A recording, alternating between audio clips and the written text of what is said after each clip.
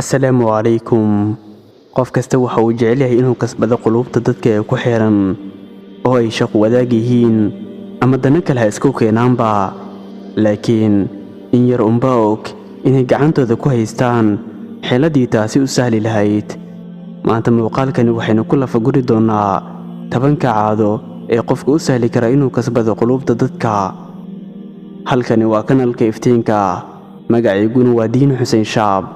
kusoo dhawaada daawadayaal muuqaalkeena maanta.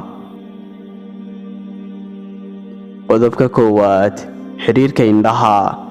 Waa arrin fudud in qofka kula hadlaya aad indhahaaga siisaa, laakiin waxay leedahay culays weyn oo ah in qofka ay soo jiidato, inaad tusinaa tahay ruux isku kalsoon, inaad ixtiraam u hayso oo warkiisa dhugmo u leedahay, yacni aad dhagaysanayso.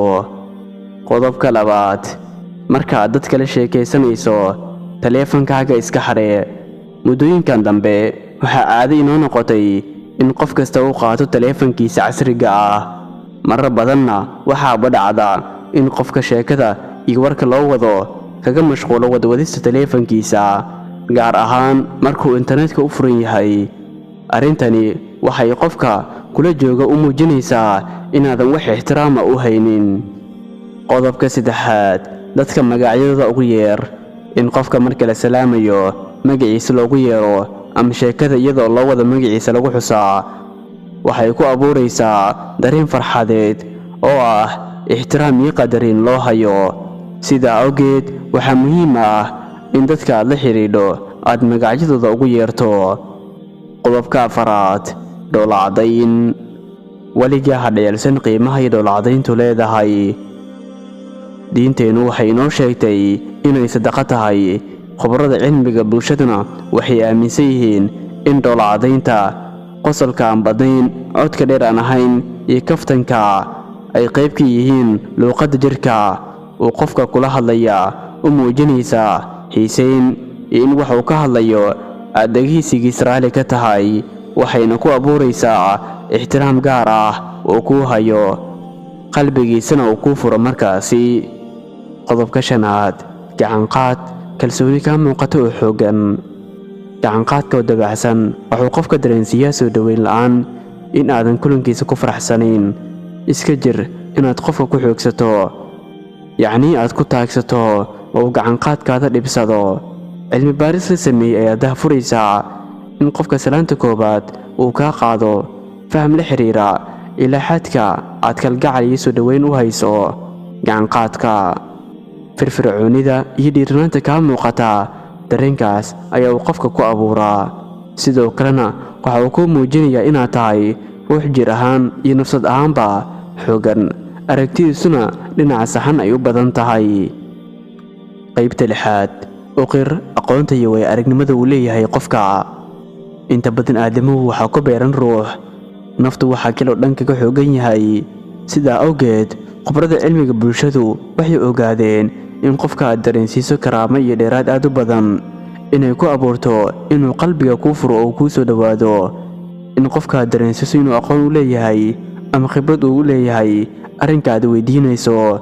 Tusaale ahaan, inaad ku tiraahdo, adiga ayaa waayo-aragnimo fog u leh iibgeynta bulshada ee arrintaasi sidaasi ma tahay, ama adiga arrintaasi cilmi u leh ee fahamkaasi aan ka haysto ma saxan yahay mise waa khaldan yahay.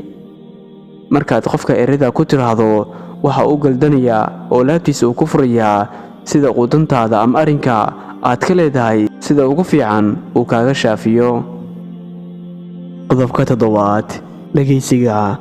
Intaad hadasho in ka badan wax dhagayso. Waxaa jirta xikmad qadiimi ah oo sheegta in sababta qofka labada dhagood loogu sameeyey afkana mid loogu dhigay ay tahay in dhagaysigu ka bato hadalka. In dadka aad u muujiso dhagaysi ixtiraam leh badanaa waxay keentaa in hadalkaaga dhugmo u yeeshaan, xigmad foganna ka dhadhansadaan, maadaama uu soo gaaray xilli ay xiiseynayaan. Dhagaysigu ma aha inaad aamusto oo keliya, balse dhagaysigii saamaynta ku yeesha qofka kula hadlaya waa kan ay ka muuqato xiisaha gaarka ah iyo inaad jeclaanayso hadalka. Waxaa jira 4 tallaabo dhagaysiga muhiim u ah, kuwaas oo kale ah: 1. Dhagaysi. 2. Fasiraad. 3. qiimayn. 4 jawaab celin marka ku habboon.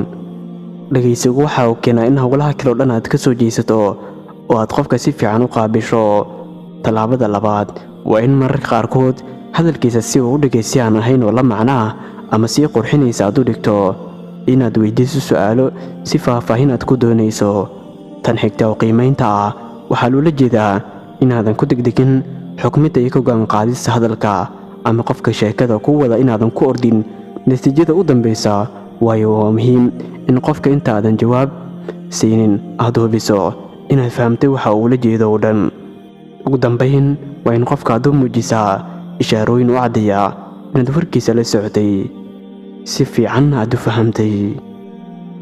qodobka 8aad isbar inaadan ka hor imaan ammaanta afgoobaadsiga ah ee dadka kaaga timaada.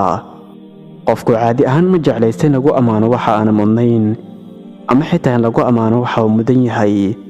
mararka qaarkood qofku waxa uu ka baqaa in haddii ammaantaas uu aqbalo ay dadku u qaataan inuu ku degmay ammaantaas ama qab isku abuuray. sidaa awgeed qofka ammaanta ugu timid isagoo khajalaad ka muuqato ayuu si qalafsan ugu jawaabaa ama guux iyo furaarsi ku soo xiraa sheekada.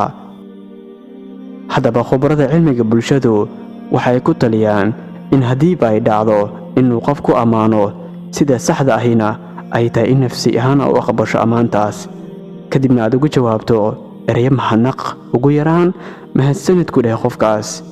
in qofkii ku ammaanay uu kaa maqla mahadnaq waxay abuurtaa inuu arko inuu helay hab uu intii hore kaaga soo dhowaan karo inaad isaga laftiisa raali ka tahay. qodobka 9aad haddii qofku waramayay hadalka laga dhexgalo ku noqo ka codso inuu sii wado hadalka. inta badan waxaa dhacdaa in marka dad badan lagu haasaawayo marar badan qof waday sheeko uu arko inay fiican tahay laga dhexgalo oo qof kale sheeko ku gooyo. haddii aad goobtaasi fadhido ama aad tahay qofka sheekada soo dhexgalay, taasoo ah dabeecad aanan fiicnayn, ku dadaal in marka sheekadu dhammaato aad dib ugu noqoto ama dadkoo dhan aad dib ugu celiso qofkii sheekaynayay si uu sii dhammaystiro, adigoo weliba qaab codsi ah u dhigaya inuu sheekada sii wado. una muuji inaad xiisaynayso, weliba inaad xusuusiso halkii uu marayay ayaa waxa ugu fiican ee qofka soo jiita. waxa uu sii arkayaa in la ixtiraamayo sheekadiisa lana xiisaynayo. taasina waxay kuu soo dhaweynaysaa qofka ama bulshada oo uu qalbigiisa u furo. qodobka 10aad cabashada badan iska jir waxaa lagu yaqaanaa ruuxa niyadda ka jabay. xaaladaha la midka ah ee nafsi ahaan haysta dadka kugu xiran waxay markasta jecel yihiin inaad noqoto ruux firfircoon oo qalbi furan, nolosha dhinac fiicanna ka eega. sidaa awgeed si dadka kugu xiran aad u kasbato quluubtooda, yeelo hal saaxiib keliya oo aad ugu waranto xaaladahaada oo dhan si laabtaada culayska ugu yarayso. laakiin ha noqon ruux bulshada oo dhan xaaladihiisa gaarka ah ugu warama si aanay kaaga fogaan. waxaan soo gaarnay gebgabadii muuqaalka. haddii aad ka heshay muuqaalkana like saar si ina gaarsii saaxiibadaada. haddii aad nagu cusub tahayna inagu soo biir oo rukumo janalka si ay kuu soo gaaraan muuqaalada aan soo gelin mar waliba. intaynu ku kulmi doono kan iyo muuqaalkiis xiga fii amaanillaah. wasalaamu calaykum waraxmatullaahi wabarakaatuh.